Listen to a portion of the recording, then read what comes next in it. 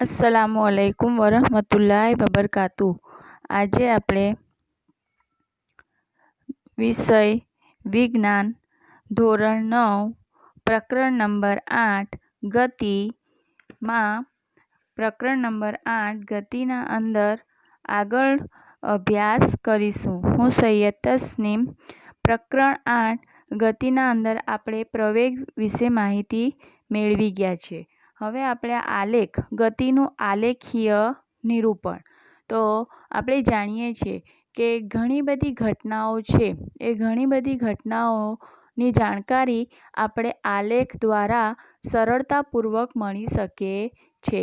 જેમ કે ઉદાહરણ તરીકે લઈએ તો કોઈ એક દિવસની ક્રિકેટ મેચના પ્રસારણ દરમિયાન કોઈ ટીમ દ્વારા પ્રત્યેક ઓવરમાં બનાવેલ રનના દરને આપણે અહીં આલેખમાં તમને ઊભા સ્તંભ જોવાય છે, જ્યાં આ ઊભી લીટી દોવાય છે એ આલેખ વડે દર્શાવાય છે અને ગણિતમાં આનો અભ્યાસ આપણે કર્યો જ છે। સુરેખ આલેખની મદદથી બે ચલો ધરાવતા રેખીય સમીકરણનો ઉકેલ મેળવી શકાય છે। એટલે બધા બિંદુઓને જોડતો આપણે વક્ર પણ દોરી શકીએ છીએ। આલેખનું સ્વરૂપ સુરેખ અથવા તો વક્રાકાર હોઈ શકે અને બિંદુઓને જોડતા મળતા આલેખનું સ્વરૂપ એ સુરેખ અથવા વક્ર અથવા સ્તંભ આકાર આલેખ મળે છે। આપણે અહીં વિજ્ઞાનના અંદર અંતર સમયના આલેખોનો માહિતી મેળવીએ। તો અંતર સમયનો આલેખમાં પહેલું અચળ ઝડપથી ગતિ માટેના અંતર સમયના આલેખો। પહેલી આકૃતિ તમને જે જોવાય છે એ જો આકૃતિમાં બરોબર ધ્યાન તો આપીએ તો અંતર સમયનો આલેખ તમને દર્શાવવામાં આવેલો છે। અંતરને મીટરમાં, સમયને સેકન્ડમાં। હવે જો પદાર્થ સ્થિર સ્થિતિમાં હોય તો ઉગમ બિંદુની સાપેક્ષે પદાર્થનું અંતર સમયની સાથે બદલાતું નથી। જુઓ, સમય 2 સેકન્ડ હોય તો પદાર્થ ક્યાં છે? 6 મીટર પર છે। 4 હોય તો ટપકા વડે દર્શાવ્યું છે।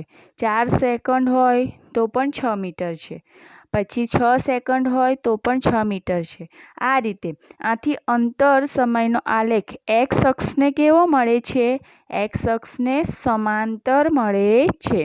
આ આલેખના દર્શાવ્યા પ્રમાણે પદાર્થ ઉગમ બિંદુથી 6 મીટરના અંતરે કેવો રહેલો છે? સ્થિર રહેલો છે। મતલબ કે અચળ ઝડપથી ગતિ કરે છે।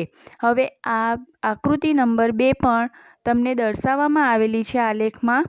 એ આલેખમાં પણ પદાર્થની ઝડપની ગતિ કેવી છે? અચળ છે। અચળ એટલે કે પદાર્થ નિયમિત ગતિ કરે છે। તો કોઈ પણ ગતિમાન પદાર્થનો અંતર સમયનો આલેખ અહીં જુઓ કેવો મળે છે? સુરેખ હોય તો પદાર્થની આવી ગતિને કેવી ગતિ કહે છે? નિયમિત ગતિ કહે છે તેમ કહેવાય। આ આલેખ સુરેખ હોવાથી કહી શકાય કે પદાર્થની ઝડપ અચળ છે।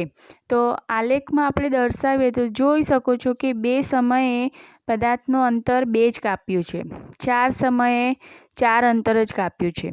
એટલે કે આનો ગુણોત્તર મેળવીએ તો આપણને ઝડપ સમાન જ મળે છે। સમાન સમયગાળામાં પદાર્થે કાપેલું અંતર સમાન છે એટલે પદાર્થ કેવી ગતિ કરે છે? પદાર્થની ગતિ નિયમિત છે। પદાર્થની નિયમિત ગતિ માટે પદાર્થની ઝડપ કેવી હોવી જોઈએ? અચળ ઝડપ હોવી જોઈએ। આ ખાલી જગ્યાઓમાં ખાસ વારંવાર પૂછવામાં આવે છે।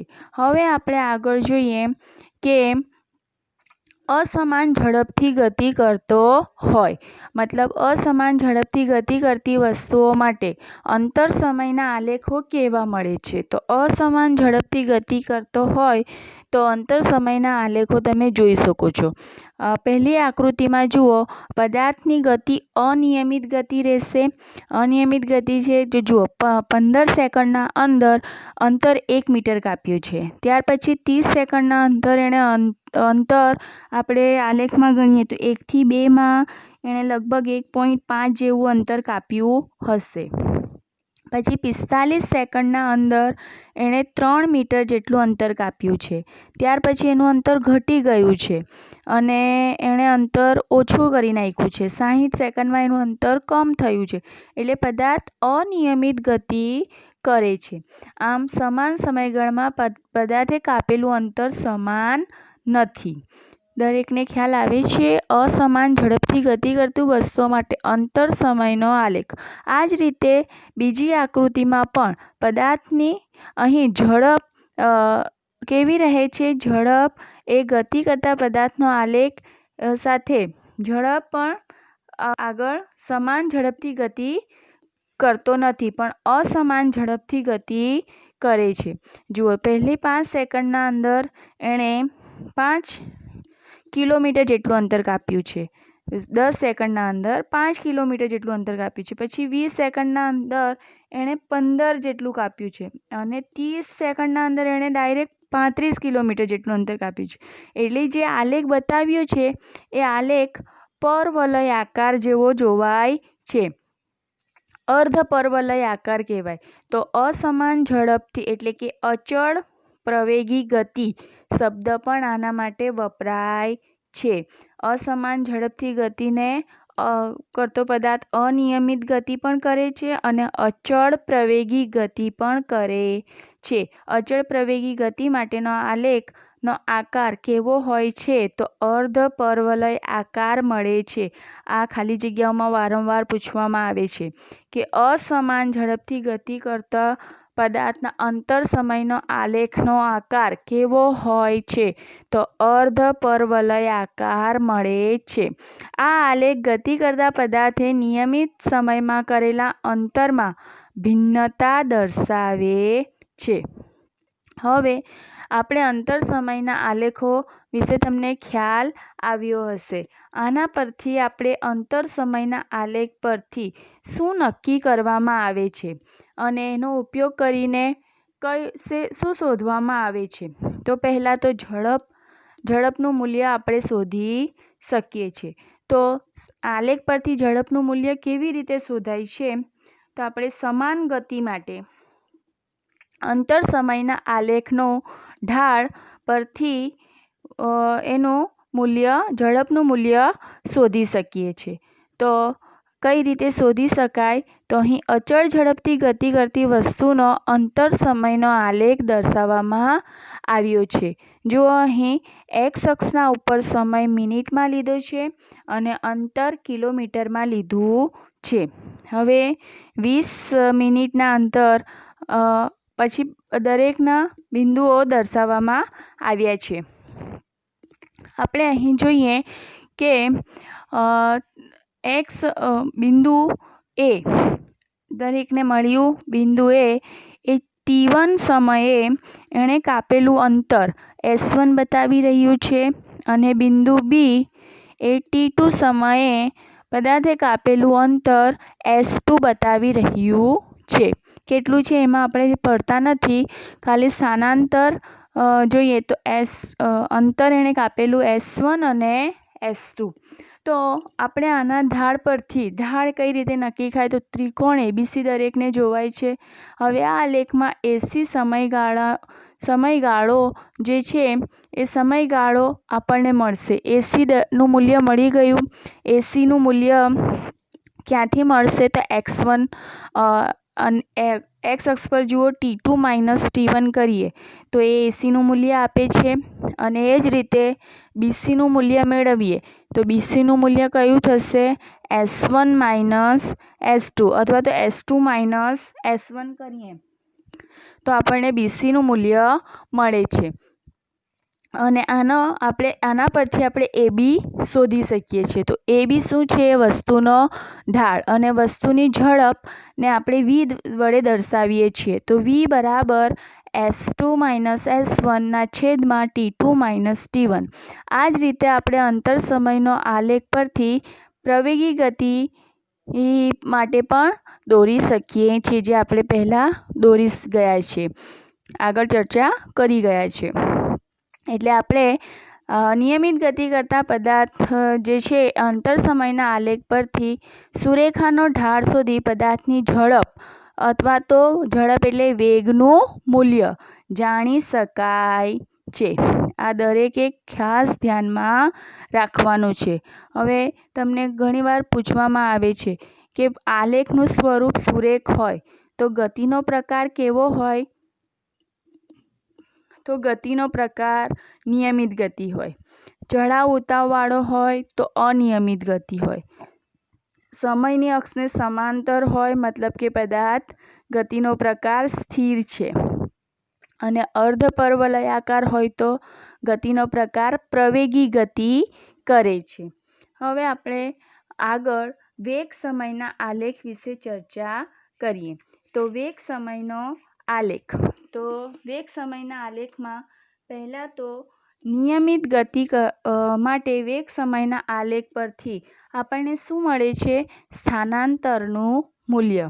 કઈ રીતે મળે છે એ જોઈએ કે સુરેખ પથ પર નિયમિત ગતિ કરતી વસ્તુના વેગમાં સમય સાથે થતા ફેરફારને વેગ સમયના વડે દર્શાવાય છે, અને આ આલેખ સમયને x અક્ષ પર અને વેગને y અક્ષ પર દર્શાવાય છે। અહીં જુઓ કે સમાન વેગથી ગતિ કરતી વસ્તુનો વેગ સમયનો આલેખ એ દર્શાવ્યો છે। આમાં આલેખની ઊંચાઈમાં કોઈ ફેર પડતો નથી। આ આલેખ એ 40 કિલોમીટર પ્રતિ કલાકના અચળ વેગથી ગતિ કરતી કારનો વેગ એ સમયનો આલેખ છે, અને અચળ વેગથી ગતિ કરતી વસ્તુનો વેગ અને સમયના ગુણાકાર પરથી વસ્તુનું સ્થાનાંતર મળે છે। કઈ રીતે શોધીએ? તો વસ્તુનું સ્થાનાંતર કઈ રીતે મળશે? તો જુઓ, આકૃતિમાં તમને A અને B જોવાય છે, C અને D જોવાય છે। આપણે જોઈએ કે સ્થાનાંતર કઈ રીતે મળતો? આલેખ પરથી વેગ સમયના આલેખ દ્વારા સમયની અક્ષ વડે ઘેરાયેલા ભાગનું ક્ષેત્રફળ શોધી નાખીએ તે વસ્તુનું સ્થાનાંતરનું મૂલ્ય આપે છે। ધારી લઈએ કે ધારો કે વસ્તુનું સ્થાન ક્યાં છે? T1 સમયે ક્યાં છે? T1 સમયે બિંદુ A પર છે, અને B સ્થાને T2 સમયે બિંદુ B પર છે। આના પરથી તમને ABCD લંબચોરસ જોવાય છે, અને આ લંબચોરસમાં AB બરાબર CD થાય। ABનું માપ એટલે T2 ઓછા T1 થશે, અને AC બરાબર BD થશે। AC એટલે 40 અને BD એટલે પણ 40, કેમ કે વસ્તુનો અચળ વેગ 40 કિલોમીટર પ્રતિ કલાક છે। તો આપણે સ્થાનાંતર શોધવું હોય તો એ અચળ વેગ ગુણ્યા સમયગાળો, અચળ વેગ એટલે કે AC ગુણ્યા CD। હવે AC આપણે 40 કિલોમીટર પ્રતિ કલાક લીધું છે, અને CD એટલે T2 ઓછા T1 એટલે 40 T2 ઓછા T1 કિલોમીટર, કેમ કે સમય જે છે 1 કલાક ઉપરનો સમય નીચેનો સમય નીકળી જશે એટલે ખાલી કિલોમીટર। આમ સ્થાનાંતર S બરાબર ચતુષ્કોણ ABCDનું ક્ષેત્રફળ કહી શકાય। દરેકને ખ્યાલ આવ્યો? આ આલેખનો ઢાળ કેવો છે? 0 છે, અને વેગ સમયના આલેખનો ઢાળ એ શું સૂચવે છે? પ્રવેગનું મૂલ્ય દર્શાવે છે। અચળ પ્રવેગી ગતિ માટે વસ્તુ સમાન સમયગાળામાં વેગમાં થતો વધારો એ ફેરફાર સમાન હોય છે। આ ખાસ ધ્યાનમાં રાખવાનું છે। અહીં વેગ સમયના આલેખ દ્વારા આપણે અચળ પ્રવેગી ગતિનો અભ્યાસ પણ કરી શકીએ છીએ, એટલે આ ખાસ ધ્યાનમાં રાખવાનું છે। હવે આના પરથી જ આપણે વેગ સમયના આલેખ પરથી જ જોઈએ બીજી રીતે કે અચળ પ્રવેગી ગતિના માટે કઈ રીતે આપણે સૂત્ર મેળવી શકીએ અચળ પ્રવેગી ગતિ માટે। તો આપણે બીજું ઉદાહરણ લઈએ। વેગ સમયનો આલેખ કઈ રીતે મળશે? તો અચળ પ્રવેગી ગતિ માટે પણ વેગ સમયના આલેખ પરથી સ્થાનાંતરનું મૂલ્ય જ શોધી શકાય છે, અને વેગ સમયના આલેખ વડે ઘેરાયેલા ભાગનું ક્ષેત્રફળ તમને અહીં ડાર્ક બ્લુ કલરમાં છાપીને આપ્યું છે। એ શું બતાવે છે? સ્થાનાંતરનું મૂલ્ય। એસ એ આલેખમાં દર્શાવેલ ક્ષેત્રફળ તો A, B, C, D, E એ તમને જોવામાં આવે છે, એ દ્વારા મળે છે. તો આપણે પહેલાં ચતુષ્કોણ ABCDનું ક્ષેત્રફળ વત્તા ત્રિકોણ ADEનું ક્ષેત્રફળ આ બંનેનો સરવાળો કરીએ તો આપણને સ્થાનાંતરનું મૂલ્ય મળશે. તો લંબચોરસ ABCDનું ક્ષેત્રફળ તો લંબચોરસમાં લંબાઈ ગુણ્યા પહોળાઈ, તો લંબાઈ AB અને પહોળાઈ BC, AB ગુણ્યા BC થશે. અને ત્રિકોણનું ક્ષેત્રફળ 1/2 પાયો ગુણ્યા પાયા પરનો વેધ. તો અહીં કાટકોણ ત્રિકોણ છે એટલે ખૂણો D 90° છે, માટે 1/2 AD પાયો થશે અને એના પરનો વેધ DE થશે, એટલે AD ગુણ્યા DE. આના અંદર આપણે જે કિંમતો છે કિંમતો મૂકીને સ્થાનાંતરનું મૂલ્ય નક્કી કરી શકીએ છીએ. આના દાખલા આપણે આગળ જોઈશું. આ ક્યાંથી આવ્યું સૂત્ર? તો આલેખ પરથી આપણે સૂત્રની તારવણી કરી રહ્યા છીએ. દાખલા આપણે આગળ પછીથી કરશું. તો આ જે સ્થાનાંતર મળ્યું એ કોના પરથી મળ્યું? તો અચળ પ્રવેગી ગતિ માટે વેગ સમયનો આલેખ અહીં આકૃતિમાં દર્શાવ્યો છે. આ જ રીતે જો અચળ પ્રતિપ્રવેગી ગતિ હોય તો અચળ પ્રતિપ્રવેગી ગતિ કરતી વસ્તુ માટે વેગ સમયનો આલેખમાં તમે જોઈ શકો છો કે સમયગાળાના અંદર સમય જેમ જેમ વધી રહ્યો છે તેમ તેમ એનો વેગ ઘટી રહ્યો છે. પહેલાં જો સમય 5 હતો એટલે કે 0.5 હતો તો એનો વેગ વધારે હતો. પછી જેમ જેમ સમય વધી રહ્યો છે તેમ તેમ વેગમાં ઘટાડો થાય છે. મતલબ કે શું દર્શાવે છે? કે અચળ પ્રતિપ્રવેગી ગતિ દર્શાવી રહ્યું છે. તો અચળ પ્રતિપ્રવેગી માટેના આલેખ તમે આકૃતિમાં જોઈ શકો છો. આકૃતિ પરથી પણ કેટલાક પ્રશ્નો આવે છે એટલે ખાસ ધ્યાનમાં રાખવાનું છે.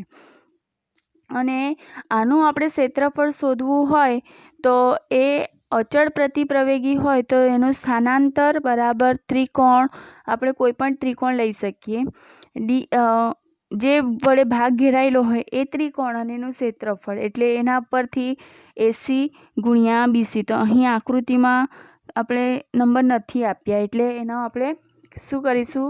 V1 ઓછા V2 છેદમાં T1 ઓછા T2.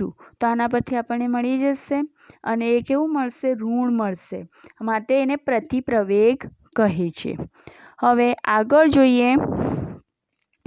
આગળની સ્થિતિ તમને આ પ્રકારની ચોપડીમાં એક આકૃતિ આપેલી છે. અહીં જે દર્શાવ્યું છે આલેખમાં એ અનિયમિત પ્રવેગી ગતિ માટે વેગ સમયનો આલેખ છે. અનિયમિત એટલે કે અસમાન પ્રવેગી ગતિ. આના પહેલાં જે આપણે જોઈ એ અચળ પ્રવેગી ગતિ હતી. હવે અહીં અસમાન પ્રવેગી ગતિ કરતી વસ્તુ માટે વેગ સમયનો આલેખ. અહીં અસમાન પ્રવેગી ગતિમાં સમાન સમયગાળામાં વેગ અવ્યવસ્થિત રીતે બદલાતો હોય છે અને જે દર્શાવે છે કે વેગનું મૂલ્ય ઓછું વધતું થયા કરે છે, માટે એને અસમાન પ્રવેગી ગતિ કહે છે. આ આલેખના પ્રશ્નો તમને વારંવાર ખાલી જગ્યાઓમાં અને એની આકૃતિ અને એના આકૃતિ પરથી જવાબ આપવાના તમને પ્રશ્નો આવે છે, એટલે ખાસ ધ્યાનમાં આ પોઈન્ટ લેવાનો છે. હવે આગળની ચર્ચા આપણે બીજા વિડીયોમાં કરીશું. Thank you.